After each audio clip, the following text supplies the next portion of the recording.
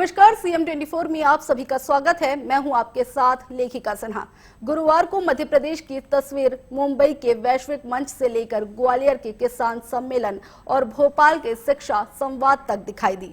मुख्यमंत्री डॉक्टर मोहन यादव ने जलवायु परिवर्तन, हरित ऊर्जा, किसान कल्याण, शिक्षा सुधार और राजनीतिक प्रशिक्षण हर विषय पर स्पष्ट और विस्तृत दृष्टिकोण रखा। ये केवल घोषणाओं का दिन नहीं था, ये विजन, संकल्प और क्रियान्वयन की रूपरेखा का दिन था। आइए देखते हैं इस पर हमारी खास रिपोर्ट। नमस्कार, स्वागत है आपका सीएम 24 में। टीवी 24 का मध्य प्रदेश के मुख्यमंत्री डॉक्टर मोहन यादव की गतिविधियों का एक जीवंत और अनोखा बुलेटिन।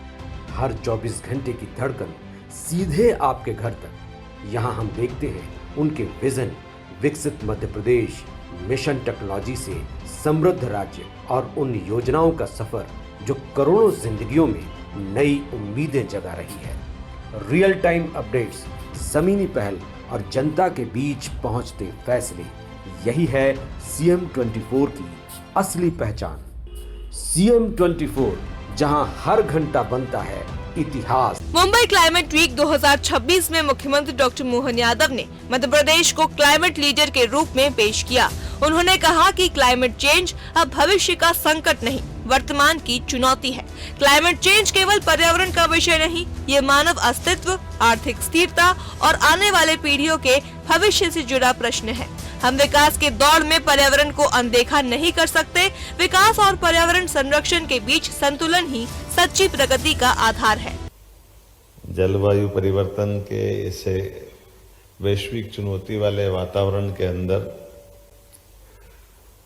खास करके अपने अपने तरह से सरकारें भी अपना काम कर रही है और सरकार के साथ जुड़ करके आप सब प्रतिष्ठित व्यापार व्यवसाय से जुड़े हुए सभी सज्जन अपने अपने ढंग से इसमें भविष्य की संभावना में अपना योगदान देख रहे हैं। ये बात सही है कि मैं आज अपने राज्य के बजट के बाद मुझे बड़ा अच्छा भी लग रहा था और चुनौती भी थी कि एक साथ 3 कार्यक्रम करना रात तक, और कल वापस मुझे राज्यपाल के अभिभाषण के बाद का मेरा जवाब आना है, उसकी तैयारी बाकी है।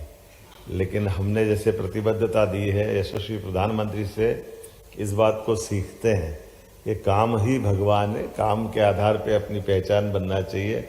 जब देश आगे बढ़ रहा है, प्रधानमंत्री कर रहे तो मुख्यमंत्री को क्यों नहीं करना चाहिए?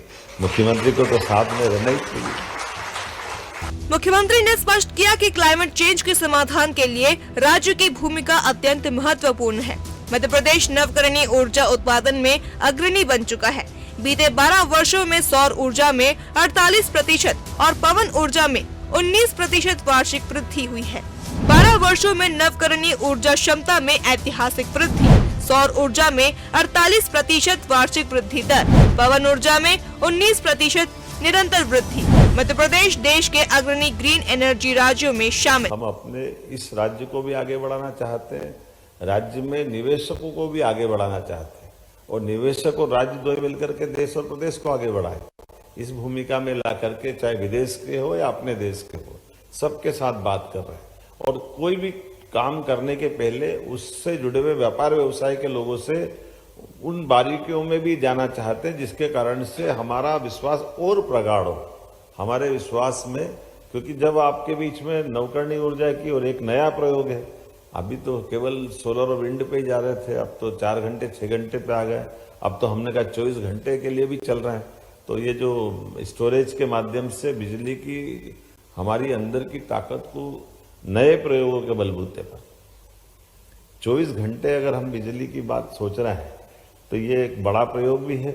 और बड़े प्रयोग में मुझे इस बात की प्रसन्नता कि मध्य प्रदेश उसमें आया है जो सबसे पहले कदम बढ़ा करके इस गारंटी की तरफ आगे बढ़ रहा है कि हाँ, आज के इस दौर में कोई संशय मत रखो, बाद में सब गिनती करते रहेंगे, लोग दौड़ लगाएंगे, लेकिन आज हम अपने राज्य के अंदर भी नवकरणीय ऊर्जा से, खास करके सोलर एनर्जी से ना 24 घंटे बैटरी स्टोरेज के आधार पर बिजली को हम खपाने के लिए, उसके लिए व्यापार का माहौल बनाने के लिए तैयार है। सीएम ने कहा कि हम निवेशकों को केवल अवसर नहीं, विश्वास और सुरक्षा की गारंटी देते हैं। राज्य और निवेशक मिलकर भारत को नवकरणीय ऊर्जा के क्षेत्र में आत्मनिर्भर बनाएंगे। मध्य प्रदेश 24 घंटे गुणवत्तापूर्ण बिजली उपलब्ध कराने की दिशा में तेजी से आगे बढ़ रहा है। मुख्यमंत्री ने कहा कि 24/7 बिजली आपूर्ति का लक्ष्य केवल वादा नहीं, प्रतिबद्धता है। ऊर्जा परिवर्तन, हरित विकास और स्वच्छ तकनीक मध्य प्रदेश की नई विकास पहचान बन रहे हैं। 24/7 विद्युत आपूर्ति का स्पष्ट रोड मैप, निवेशकों के लिए अनुकूल और पारदर्शी नीति ढांचा, ऊर्जा सुरक्षा के साथ सतत विकास मॉडल। एमपी बनेगा भारत का green energy hub. Sequoia climate foundation के साथ MOU। अपने राज्य को अगर वित्तीय व्यवस्थाओं में अलग अलग क्षेत्रों में आगे बढ़ाना चाहते हैं तो निवेशकों के लिए पहली जरूरत रहती कि हम उस राज्य से व्यापार व्यवसाय तो करें, लेकिन व्यापार व्यवसाय के साथ एक बड़ी बात, भरोसे के साथ उस राज्य के मुखिया का भरोसा भी चाहिए, ताकि हम पैसा लगाएं तो सुरक्षित पर रहना चाहिए ना। पैसा लगाना बड़ी बात नहीं है, पैसा तो बहुत पड़ा है बैंक में, लेकिन मन का विश्वास और दिमाग में योजना दो हो तो पैसा बनेगा, नहीं तो फायदा क्या है। तो ये जो व्यापार व्यवसाय के उड़ती चिड़िया के पंख गिनने वाले लोग बैठे हैं, मैं आपको आश्वस्त कर सकता हूं कि आपका पैसा भी सुरक्षित रहेगा और राज्य अपना कमिटमेंट पक्का करेगा। नवकरणीय ऊर्जा विभाग और सिकोया क्लाइमेट फाउंडेशन के बीच मुख्यमंत्री की उपस्थिति में MOU हुआ। ये साझेदारी तकनीकी नवाचार, वैश्विक निवेश और जलवायु समाधान की दिशा में महत्वपूर्ण कदम है। मुख्यमंत्री ने कहा कि हम 300 मेगावाट 4 घंटे सौर सह स्टोरेज और 300 मेगावाट 6 घंटे सौर सह स्टोरेज परियोजनाओं पर काम कर रहे हैं। 24/7 बैटरी आधारित ऊर्जा स्टोरेज मॉडल देश का पहला प्रयोग है। मध्य प्रदेश इस दिशा में अग्रणी भूमिका निभा रहा है। मैं अपने सभी इन्वेस्टरों के लिए मध्य प्रदेश का एक ऑफर लेकर भी आया हूँ, और जिस प्रकार से हमारे यहाँ पर बीते समय में 4 घंटे 6 घंटे सोलर एनर्जी का रात तक का करार किया है। अब 24 घंटे इस सोलर एनर्जी को बैटरी स्टोरेज के माध्यम से स्टोर करके लोग उपयोग करें, तो इस तरह से हमारा राज्य देश के अंदर भी और विदेश में भी उस श्रेणी में खड़ा हो रहा है जहां हम सोलर को 24 घंटे भी लोगों को अपने उपयोग के लिए देने के लिए सक्षम हो। उम्मीद करेंगे जलवायु परिवर्तन में ग्रीन एनर्जी का जो महत्व है वो इसी प्रकार के चीज़ों को प्रोत्साहन देने का है। 200 मेगावाट का एक प्रोजेक्ट बढ़वाने में लेकर हम आगे बढ़ रहे हैं। भविष्य में और अच्छे प्रोजेक्ट इस दिशा में आगे बढ़े। बीते समय में हमने लगभग 8,000 मेगावाट के प्रोजेक्टों पर काम करना शुरू किया है। मौका पड़ेगा तो इसमें और आगे बढ़ेगा। ओमकारेश्वर फ्लोटिंग सोलर प्रोजेक्ट से अब स्वच्छ ऊर्जा का उत्पादन शुरू हो चुका है। राज्य अपनी जरूरतों के साथ पड़ोसी राज्य और भारतीय रेलवे को भी बिजली आपूर्ति कर रहा है।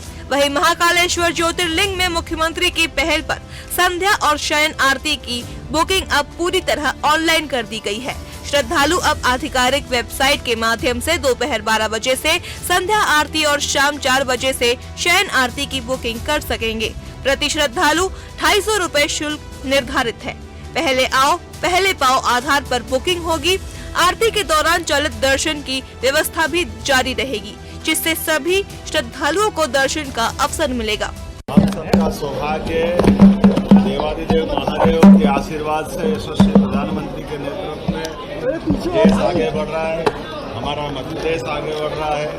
हम सब सनातन संस्कृति के संवाहक ये बाबा शिवरात्रि का आनंद ले रहे हैं। बाबा के आशीर्वाद से बाबा महाकाल का महालोक का आनंद आया।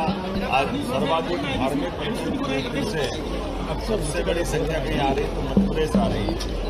हम सब मिलकर के बाबा से कामना करते, बाबा सबके जीवन के कष्ट हरे, सबकी मनोकामना पूर्ण हो, सब निरोगी रहे, सब आनंद में रहे और हर हाल में मस्त रहे। ग्वालियर जिले के कुलैथ में मुख्यमंत्री ने किसान कल्याण वर्ष के अंतर्गत ऐतिहासिक घोषणाएं की। डॉक्टर मोहन यादव ने कहा कि प्रदेश के ऐतिहासिक 4,38,000 करोड़ रुपए से अधिक के बजट में किसानों के लिए 1 लाख करोड़ रुपए से अधिक का प्रावधान किया गया है। ये हमारी किसान हितैषी प्रतिबद्धता का प्रमाण है। 87 करोड़ 21 लाख रुपए की लागत से 41 विकास कार्यों का लोकार्पण एवं भूमि पूजन किया गया। पट्टों की जमीन की रजिस्ट्री का पूरा खर्च सरकार वहन करेगी। ये सच में बहुत बड़ा कारण है। लगभग 50 लाख परिवार जिनको ग्रामीण क्षेत्र के अंदर हमने भू अधिकार के पट्टे दिए। अब भू अधिकार के पट्टे जिन जिन किसानों के पास है, ये किसान कल्याण वर्ष है, तो इस हमने बड़ा निर्णय लिया है कि हम लगभग 3,500 करोड़ रुपए की धनराशि इस पर खर्च करने वाले। सारे भू अधिकार के पट्टे विधिवत पंजीयन विभाग में रजिस्ट्री का रूप लेकर के, अगर वहाँ जाएंगे तो बाकायदा रजिस्ट्री होगी, लेकिन रजिस्ट्री में पैसा सरकार ही देगी, उस किसान को नहीं देना। लेकिन जैसे रजिस्ट्री का दस्तावेज बन जाएगा, बाद में वो किसी जगह पे लोन लेना हो और स्वयं को प्रॉपर्टी का जिस प्रकार से कोई भी उपयोग करना चाहे, उतना बड़ा अधिकार ये हमने दिया है। और ये बहुत बड़ा निर्णय है और ये देश का अपना पहला राज्य है जो इस प्रकार से गरीब वर्ग, किसान वर्ग और खासकर भविष्य में विकास की दृष्टि से ऐसा निगाह रख करके बड़ा काम किया। मुख्यमंत्री के अनुसार डॉक्टर भीमराव अंबेडकर कामधेनु योजना के माध्यम से दूध उत्पादन को 9% से बढ़ाकर 20% तक ले जाने का लक्ष्य है। पशुपालन और डेयरी किसानों की आय बढ़ाने का बड़ा माध्यम बनेगा। विश्वविद्यालय केवल डिग्री देने का केंद्र नहीं, वे राष्ट्र के भविष्य की कार्यशालाएं हैं। शिक्षा को जीवन के अनुभवों से जोड़ते हुए समयानुकूल बनाना आवश्यक है। मुख्यमंत्री डॉक्टर मोहन यादव ने कहा कि शिक्षा को जीवन के अनुभवों से जोड़ते हुए समयानुकूल बनाना आवश्यक है। व्यक्ति को आत्मनिर्भर और स्वावलंबी बनाने के दिशा में सक्षम शिक्षा व्यवस्था ही देश को समृद्ध और सशक्त बनाएगी। मुख्यमंत्री डॉक्टर मोहन यादव कर्मयोगी बने की सर्वोच्च परामर्शदात्री समिति की 1 दिवसीय कार्यशाला को संबोधित कर रहे थे। आज के इस अवसर पर खासकर पाठ्यक्रम के बीच में उद्योगों के बीच संबंध जोड़ने के लिए, अब जब शिक्षा मंत्री के बाद में मैं अभी मुख्यमंत्री बन के गया तो कई सारे जगह हम इंडस्ट्री के लिए बात कर रहे हैं, तो ऐसा अच्छा लग रहा, तो वो प्रयोग भी हमने किया है कि अगर इंजीनियरिंग कॉलेज कैंपस है तो वही आईटी का हमारा पार्क भी बना दो, तो जिसको पढ़ना और रोजगार पाना दोनों कॉमन रूप से कर सकता है। ऐसे रोजगार आधारित पाठ्यक्रम लेकर के जिसको जिस तरह से जाना, मिडिल से हाई सेकेंडरी से कॉलेज में, तो हम अपनी क्षमता योग्यता का बेहतर से बेहतर उपयोग कैसे करें। और मैं मान के चलता हूं कि जब ये बात कर रहे हैं तो स्वाभाविक रूप से सहकारिता का भाव भी आना चाहिए, नैतिकता का भाव भी आना चाहिए, हमारे अपनी मान मर्यादा का भी भाव होना चाहिए। तो मैं आज के इस अवसर पर आप सबको बधाई भी देना चाहता हूं, जिनके आधार पर आप अपनी सभी प्रकार की बातों के साथ शैक्षणिक जगत में किस प्रकार से भविष्य की पीढ़ी के लिए हम काम करेंगे। माननीय शिक्षा मंत्री जी को बधाई देता हूं, अधिकारियों को बधाई देता हूं। वास्तव में आज का सेशन बहुत अच्छा रखा है। राष्ट्रीय शिक्षा नीति 2020 को लागू करने में मध्य प्रदेश अग्रणी है। सभी विश्वविद्यालयों में कृषि संकाय शुरू किए गए हैं। सीएम ने कहा कि हम यदि 2047 तक विकसित भारत का लक्ष्य प्राप्त करना चाहते हैं तो हमें विकसित विश्वविद्यालयों का निर्माण करना होगा। मूल्य आधारित और रोजगार सक्षम शिक्षा ही का मार्ग है। ऐसे में शिक्षा नीति के बलबूते पर जब हम अपने विद्यार्थियों की नई फौज तैयार करें तो शिक्षा नीति की दृष्टिकोण की जो अनिवार्यता है, शिक्षा काय की, शिक्षा कैसी, और शिक्षा के लिए हमारे पुराने और वर्तमान के दोनों के दायरों में समरूपता कैसे आ जाए, वो सूत्रबद्धता कैसे हो। मुझे इस बात की प्रसन्नता है जब शिक्षा नीति का विषय चला, नई शिक्षा नीति का, तो मध्य प्रदेश सबसे पहले आगे बढ़ा और उसने अंगीकार किया माननीय मोदी जी के उस भाव को, जिसके आधार पर हमने इन सारी बातों को लिया। पंडित दीनदयाल उपाध्याय प्रशिक्षण महाअभियान 2026 के तहत प्रदेश पदाधिकारी, जिलाध्यक्ष और प्रभारी शामिल हुए। मुख्यमंत्री ने कहा कि ग्रामीण क्षेत्र में जिन किसानों को भू अधिकार पट्टे दिए गए हैं उनकी रजिस्ट्री का पूरा खर्च सरकार उठाएगी। 3,500 करोड़ रुपए की राशि से किसानों को बैंकिंग और वित्तीय अधिकार मिलेंगे। हरित ऊर्जा से लेकर किसान, शिक्षा से लेकर संगठन, डिजिटल धन स्थल से लेकर वैश्विक मंच तक मुख्यमंत्री डॉक्टर मोहन यादव का ये बहुआयामी विजन मध्य प्रदेश को विकास, विश्वास और वैचारिक स्पष्टता के साथ आगे बढ़ाता दिख रहा है। Bureau report, CM24 Bhopal. और फिलहाल CM24 में बस इतना ही।